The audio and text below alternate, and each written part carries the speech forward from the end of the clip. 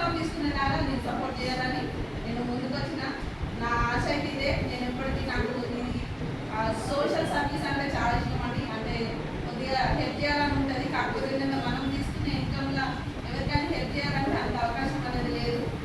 ఈ వెస్టేజ్ ద్వారా నేను సంపాదించుకుని నలుగురికి మంచి సంపాదించుకునే అవకాశం ఇవ్వచ్చు, ప్లస్ మంచి హెల్త్ ఇవ్వచ్చు అనేది అయితే చాలా కాన్ఫిడెంట్గా చెప్తానండి.